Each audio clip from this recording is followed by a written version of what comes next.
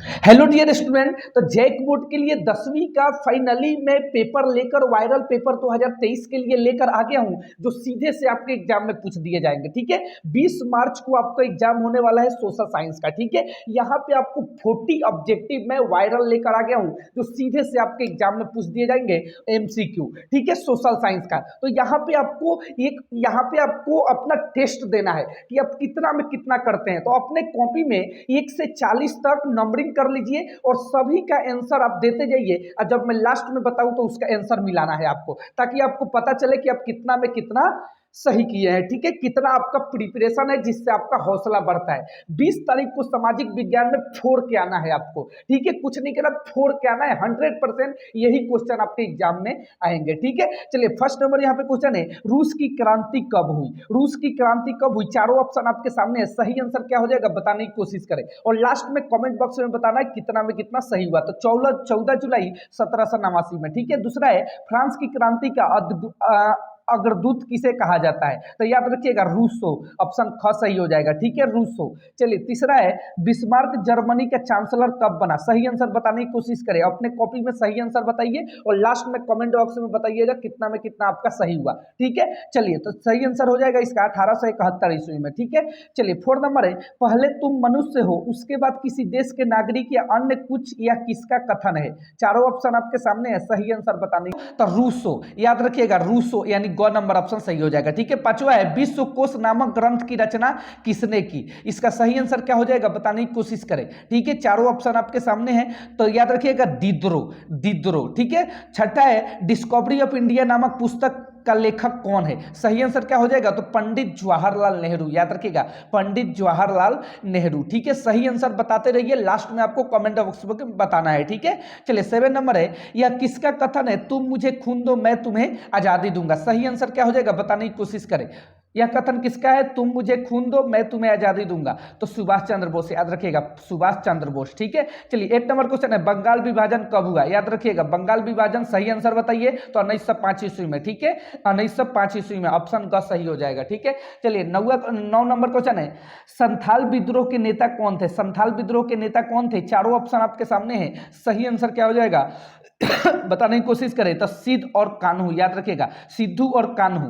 10 number है, खिलाफत आंदोलन के प्रमुख नेता कौन थे? याद रखिएगा ख नंबर, मौलाना मोहम्मद अली और मौलाना शौकत अली। याद रखिएगा ऑप्शन ख सही हो जाएगा, मौलाना मोहम्मद अली और मौलाना शौकत अली। ये पहले वाले सेट में भी पहले भी करा चुके हैं। ठीक है, चलिए 11 नंबर क्वेश्चन है, हमारे पर्यावरण में उपलब्ध प्रत्येक वस्तु जो हमारी आवश्यकताओं को पूरा करने में प्रयुक्त की जा सकती है, जिनको बनाने में प्रौद्योगिकी उपलब्ध होती है, जो आर्थिक रूप से सभ्य और सांस्कृतिक रूप में मानी जाती है, उसे क्या कहते हैं? तो याद रखिएगा जो हमारे आवश्यकताओं को पूर्ति करे उसे संसाधन कहते हैं। ठीक है, संसाधन। याद रखिएगा ऑप्शन ख।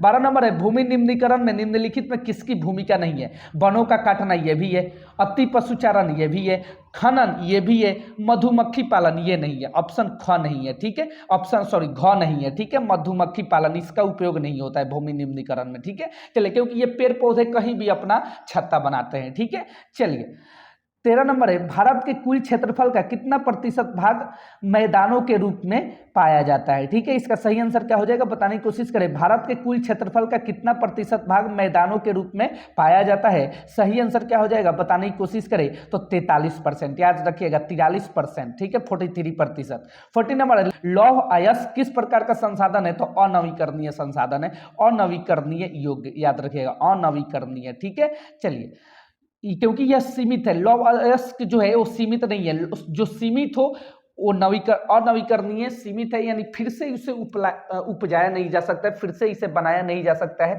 ठीक है, इसलिए यह अनवीकरणीय है। चलिए 15 नंबर है, गुलाबी सिर वाली बतख किन जातियों में शामिल है?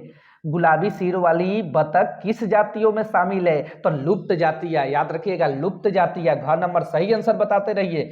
16 नंबर क्वेश्चन है, भारत में जैव विविधता को कम करने वाले कारक कौन है, सही आंसर बताने की कोशिश करें। भारत में जैव विविधता को कम करने वाले कारक कौन है? तो ये देखिए यहाँ पे चारों ऑप्शन दिए गए हैं, यहाँ पे चारों ऑप्शन ये हो जाएंगे, ठीक है, यानी उपयुक्त सभी, ठीक है, उपयुक्त सभी, उपयुक्त सभी। चलिए 12 नंबर है, 17 नंबर है, सॉरी, चिपको आंदोलन किससे संबंधित है? चिपको आंदोलन किससे संबंधित है? इजी क्वेश्चन है, वनों की कटाई रोकने से, ठीक है, यानी ख नंबर ऑप्शन सही हो जाएगा। चलिए 18 नंबर क्वेश्चन है, जल की कमी का क्या कारण है? जल की कमी का क्या कारण है? अतिशोषण, अत्यधिक प्रयोग, समाज में विभिन्न वर्गों में जल का समान वितरण, उपयुक्त सभी। देखिए वो इसका उपयुक्त सभी हो जाएगा, ठीक है, उपयुक्त सभी, तीनों ये चारों हो जाएगा, उपयुक्त सभी हो जाएगा।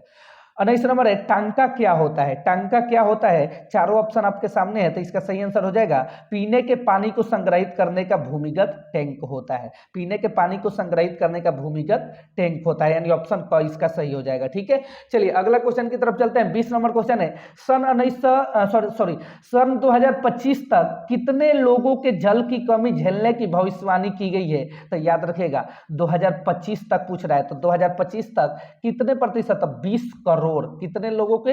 20 करोड़ लगभग, ठीक है, 20 करोड़ जल की कमी झेलने की संभावना रखी गई है, ठीक है, एक संभावना लगाई गई है। 21 नंबर है, हम किसी देश की प्रति व्यक्ति आय की गणना कैसे कर सकते हैं? तो याद रखिए किसी देश की कुल आय को उसकी कुल जनसंख्या से भाग देकर, यानी ऑप्शन इसका ख सही हो जाएगा। किसी भी, ये पहले भी सेट में करा चुके हैं, ये कोई बड़ी क्वेश्चन नहीं है। किसी देश की प्रति व्यक्ति आय बताना है तो किसी देश की कुल आय को कुल जनसंख्या से भाग दे दीजिए, प्रति व्यक्ति आय निकल जाएगा, यानी एक व्यक्ति का आय कितना है, ठीक है, पहले ही बता चुके हैं, पहले सेट में ही, पहले दूसरे तीसरे सब सेट में बताए हैं। चलिए 22 नंबर क्वेश्चन है, वे देश जिनकी 2017 में प्रति व्यक्ति आय $1256 प्रति वर्ष है या उससे अधिक है, तो वह देश निम्न में से किस श्रेणी में आते हैं? तो विकसित, याद रखिएगा। 23 नंबर है, सतत विकास का उद्देश्य क्या है? सतत विकास का उद्देश्य क्या है? सही ऑप्शन क्या हो जाएगा बताने की कोशिश करें तो विकास वर्तमान के लिए एवं आने वाली पीढ़ी दोनों के लिए, ठीक है, ऑप्शन ग सही हो जाएगा, विकास वर्तमान के लिए एवं आने वाले पीढ़ी के लिए। चलिए अगला क्वेश्चन है 24 नंबर, निम्नलिखित में किस राज्य की साक्षरता दर सबसे अधिक है? ठीक है, चलिए यहाँ पे सॉरी, निम्नलिखित में किस राज्य की साक्षरता दर सबसे अधिक है? तो याद रखिएगा पंजाब, बिहार, केरल, उड़ीसा। सही आंसर क्या हो जाएगा बताने की कोशिश करें तो केरल की सबसे अधिक साक्षरता दर किस राज्य की है? केरल की, याद रखिएगा, ठीक है। चलिए 25 नंबर क्वेश्चन है, यदि एक देश की प्रति व्यक्ति आय 500 रुपया तथा जनसंख्या 5000 है तो देश की कुल आय निम्नलिखित में कौन सी होगी? पहले भी बताए हैं आय, तो याद रखिएगा यहाँ पे, तो इसका आप मल्टीप्लाई डिवाइड करके निकाल लेंगे, इसका पहले ही बताए हैं। इसका आप कमेंट बॉक्स में आंसर बताएंगे, ठीक है, इसका आंसर मैं बता रहा हूँ, ठीक है, लेकिन इसका आंसर आप जरूर कमेंट बॉक्स में बताएंगे, ठीक है। तो इसका सही आंसर हो जाएगा यहाँ क नंबर ऑप्शन सही हो जाएगा, 2,50,000, ठीक है। चलिए 26 नंबर क्वेश्चन है, निम्न में कौन सी क्रियाकलाप द्वितीय क्षेत्रक के अंतर्गत आते हैं? चारों ऑप्शन आपके सामने है, सही आंसर क्या हो जाएगा बताने की कोशिश करें तो इसका सही आंसर हो जाएगा प्राकृतिक उत्पादों को विनिर्माण के द्वारा बदल जाता है, ठीक है। चलिए उसके बाद है प्रच्छन्न बेरोजगारी का मतलब ऐसी स्थिति जहां लोग नियोजित हैं लेकिन उत्पादकता शून्य है, ठीक है, याद रखिएगा प्रच्छन्न बेरोजगारी का मतलब क्या होता है? नियोजित है लेकिन उत्पादक शून्य है, ठीक है, वहां के लोग नियोजित है लेकिन उत्पादक शून्य है। चलिए 28 नंबर क्वेश्चन है, 14 तथा 15 वर्ष की आयु के स्कूल जाने वाले कुल बच्चों का उस आयु वर्ग के कुल बच्चों के 60% क्या कहलाता है? याद रखिएगा इसका कि निविल उपस्थिति अनुपात कहलाता है, ठीक है। 29 नंबर क्वेश्चन है, संगठित क्षेत्र का सही अर्थ चुने। संगठित क्षेत्र का सही अर्थ क्या हो जाएगा? तो यह उन उद्योगों को शामिल करता है जहां रोजगार की शर्तें नियमित है, ठीक है। चलिए 30 नंबर है, कौन सा क्षेत्र सेवा क्षेत्र कहलाता है? पहले भी बताए हैं, तृतीय क्षेत्र को सेवा क्षेत्र भी कहते हैं, तो ये मुंह पर आपके याद होगा, मुंह पे याद होगा ये सब क्वेश्चन आपके, ठीक है।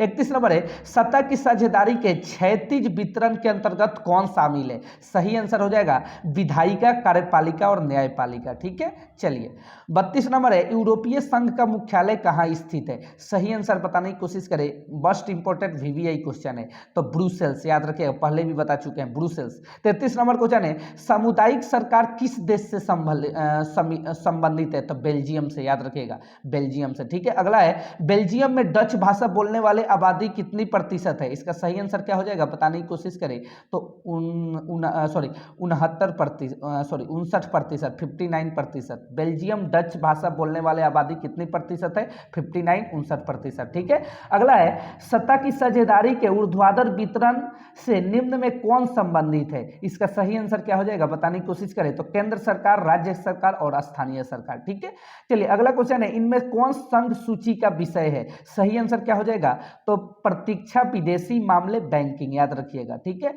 चलिए अगला क्वेश्चन है, हमारे देश में राजभाषा हिंदी बोलने वालों की प्रतिशत कितनी है। ठीक है, सही आंसर क्या हो जाएगा, हमारे देश में राजभाषा हिंदी को बोलने वालों का प्रतिशत कितना है, इसका सही आंसर क्या हो जाएगा, बताने की कोशिश करें। चारों ऑप्शन आपके सामने है, 10, 20, 30 और 40। ठीक है, तो 40% याद रखिएगा, 40%। ठीक है, चलिए चैनल पे नए हैं तो चैनल को सब्सक्राइब कर लीजिएगा ताकि सभी वीडियो का नोटिफिकेशन सबसे पहले आप तक पहुंचे। ठीक है।